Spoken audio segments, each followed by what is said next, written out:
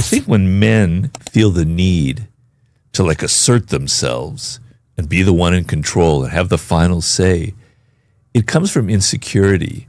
It comes from a place of weakness. You're not secure about your own masculinity. You have to assert yourself. You have to prove that you're superior to the woman, right? And you need to adjust. You need to be aware of these kinds of things. You need to not feel so insecure. And you need to respect the other person, respect their boundaries, and not feel like you have to have the final say, the power in a dynamic. I think that's very deadly. I think it's going to lead to a very unfulfilling relationship. I think that's great advice. I want to ask about power dynamics. One that I might think you have an interesting take on is power dynamics within marriage. How much power should your wife, or let's just say spouse, have over you in marriage? Well, when you start playing power games in marriage, you're in trouble. Now, they're definitely always there. But the one thing people don't realize in a marriage, I've been married for, I'm not going to say how many years, but it's a lot of years, okay? And I know the ups and downs and the problems that occur and what causes tension and what leads to separations. You have to realize that in a dynamic where there's two people, it's a back and forth thing. It's interactive.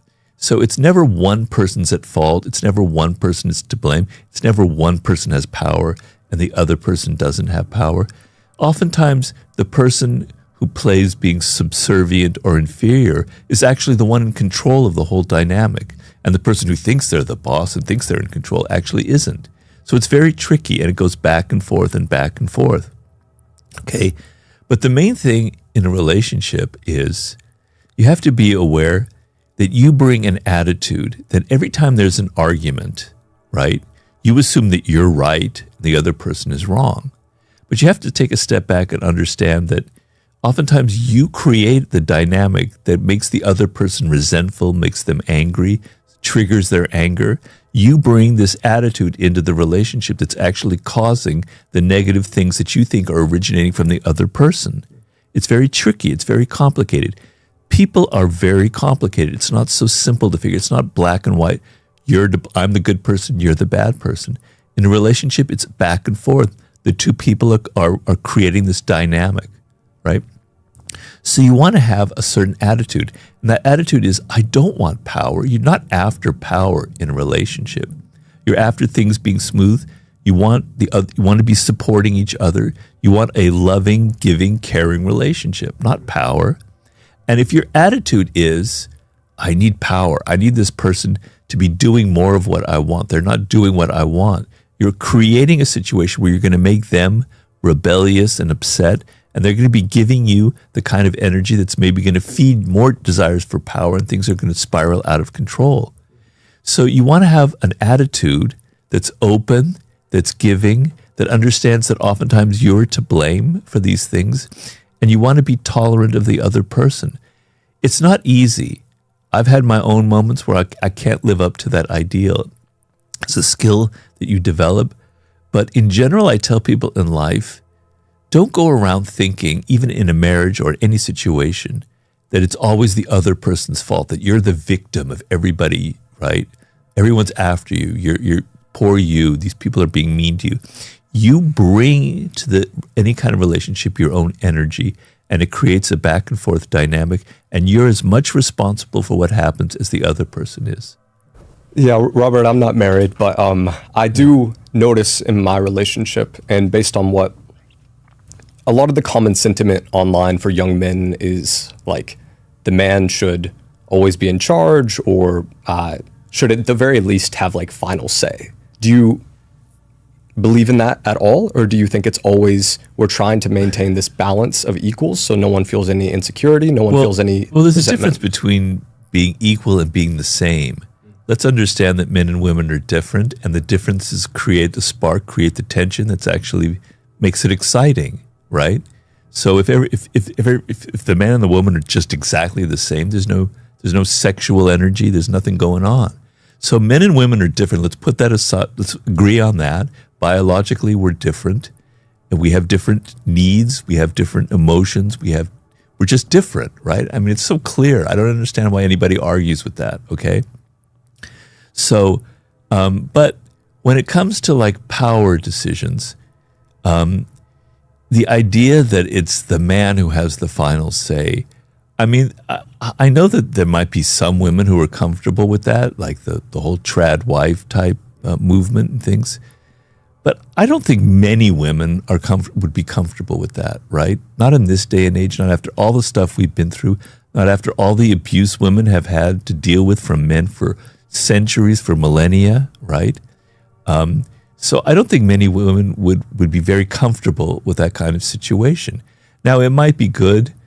It's good sometimes to be taken care of, to have other. I like it with my wife. I've got so many things I have to deal with.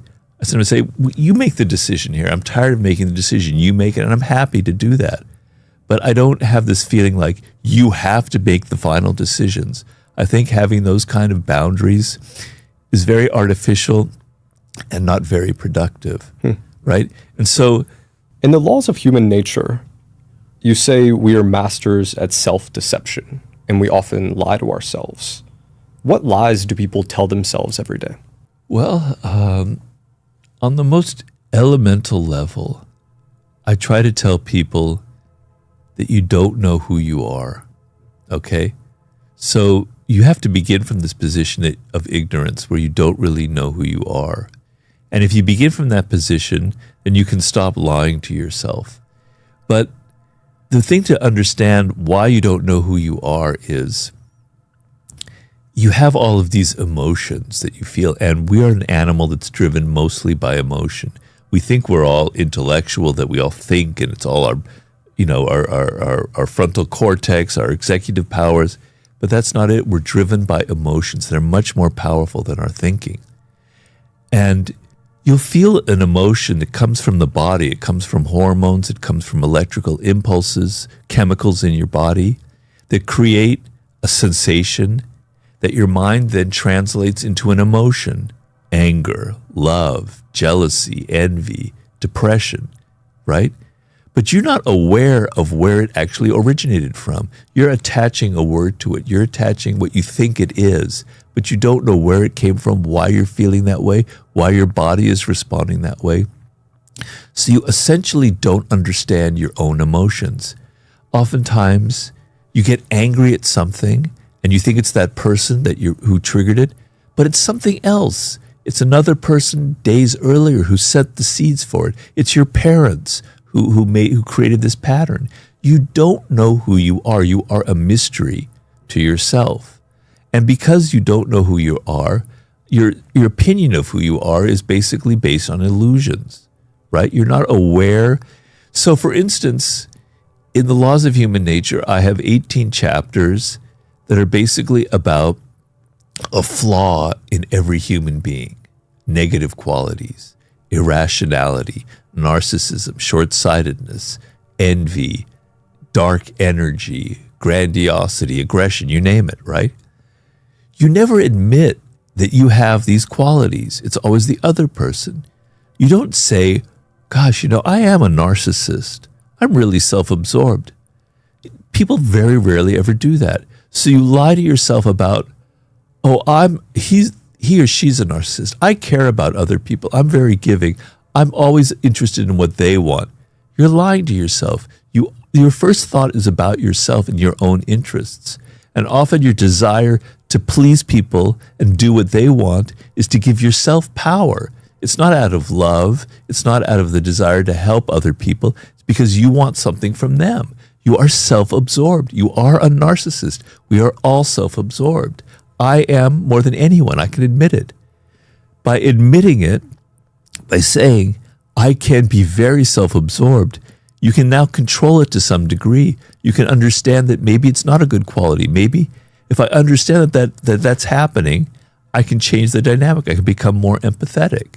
If you understand that you have an aggressive personality, well, then maybe you can start channeling it in ways that are more productive. But people go around in denial. They deny that they don't have any of these emotions. So that's one level of lying. I could go through 100 other levels of lying to yourself, but that's sort of where it starts from.